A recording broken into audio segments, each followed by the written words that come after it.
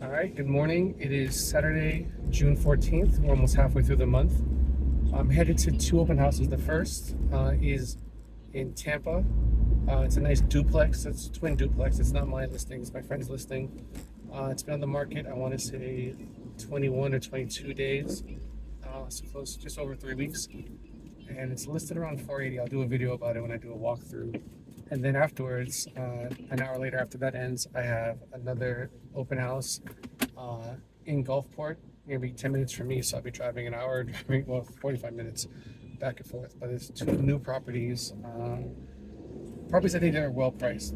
What happened to me the day before on Friday, we received another offer on our my quadplex that keeps getting offers, but the sellers keep not saying yes. So that one looks pretty strong. But we had one offer already rescinded because of the inspection report. They're going to modify theirs. So that's going to go from a cash deal, a certain number, which we were already planning to counter, to probably what is a lower number. There was evidence of termites, I think some mold, and some other things that we got to look into, but nothing on the 4 point side of it. It was just, I mean, termites would be a 4 point item. But so those things are remedial. We can remediate them, or we could do concessions. My seller's interested in concessions because I told him going forward, this is an issue we need to bring up to everyone's attention who puts in an offer.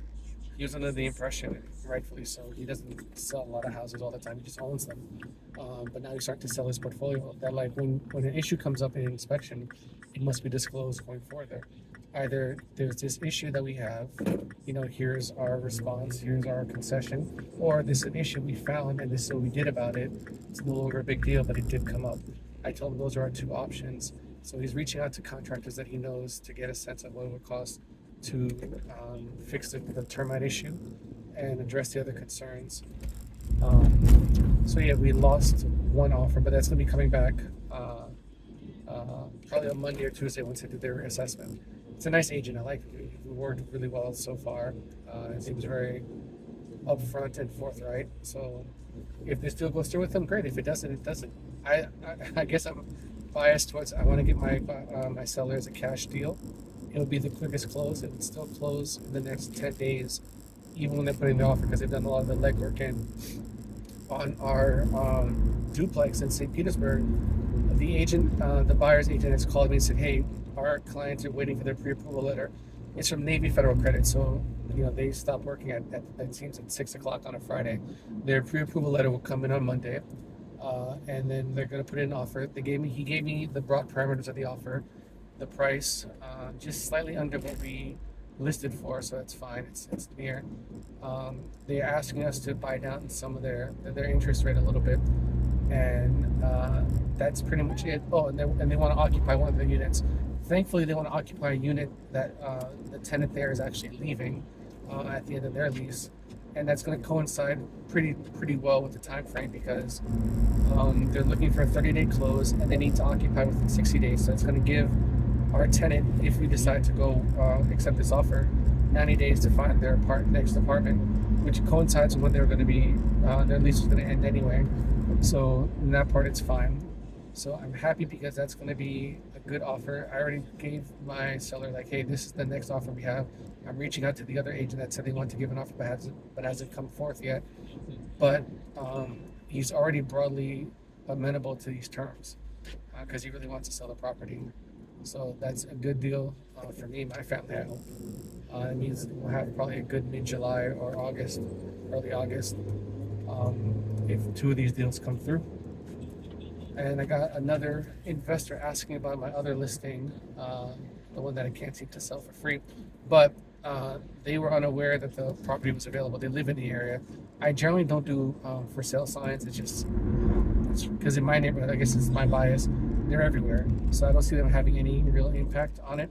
But the investor that might be interested in this property lives within a mile of it. It just so happened to be talking to my seller at the grocery store and say, hey, how have you been? She's had some health challenges. And he asked if which of her properties she was selling because he knows that she had multiple properties. And he was delighted to find out it was the other one, and he was happy to hear about the price. So in this case, of all the work I've done, and I've done a lot of work for this property, she might end up selling it, finding the seller herself. And God bless her for it. She's going through so much, and I just want to do. This is like the first case where I've had a client. Not the first case where I've had a client I want to help, but I desperately want to help because of her health challenges. The money she will make from the sale of her home is the only money she'll have going forward for the next couple of years. You know, she's a senior citizen. She's got severe health challenges. She cannot work. You know, Social Security and whatever Medicare, I'm sure they're doing what they can, but given her health challenges, she needs to sell this house to have some sort of income. And I'm, you know, desperately trying to find a buyer. Ironically, you know, God willing, she would have found the buyer herself. So that's pretty cool.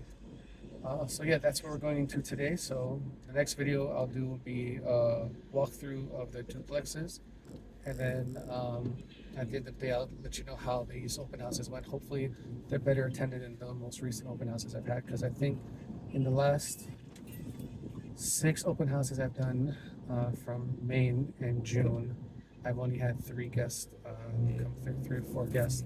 So even though it is a down market, you know, properties are still selling, and I'm giving my sellers the indication of where the prices should be. And for those listings that I'm doing open houses for that are not mine, I'm giving tangible information to those agents about where the price should be, given the lack of you know, participation in the market from people walking in to see the properties.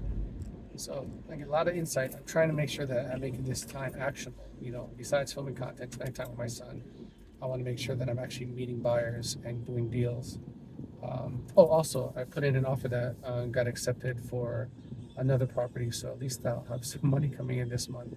And we're submitting a second offer for a second property for my one of the investors I work with. It's a short sale, and the complication with that is I asked the listing agent, if we come in with an offer, you know, below asking price, because there's been a price reduction, but it's a short sale, what is the process? Like, can your client say yes, or it's the bank? He said it's the bank. I said, well, how long does that take if we're under asking price? And the short answer is it can take between 60 to 90 days for the short sale negotiator to approve an offer. I let my client know that, hey, if we put an offer that we think is strong and fair, given the condition of the home, you know, we might not get an answer for 2 months or more. Are you comfortable with that? He said, let me think about it, because he's the one that showed me this property. The property on the outside looks a little rough, but on the inside, it's amazing. It's a former Airbnb. So it's one of those things where, like, when you walk in, it's like, you know, a grand open floor plan, 3 bedrooms, 1 bath. Really, really nice on the inside. Outside could use a lot of TLC, curb appeal, and there was some water damage from their AC unit on the ceiling. But that's beyond, you know, fixable. That's very fixable. It's not a problem. But so my hope and my expectation is by this time next week, I would have a second offer for a second property accepted that I'm purchasing for my investor, and I'll have both of my listings that have offers currently accepted, and that will be a very, very strong July for me and my family. If not, just keep it moving, keep it pushing. All right, talk to you guys later. Christian DeBouche, licensed realtor with Real Broker. JB and I are going to head to this open house. He's going to be on his phone. I'm going to be trying to meet buyers. And then the dogs are just going to be chilling in their backyard. All right, talk to you later. Bye.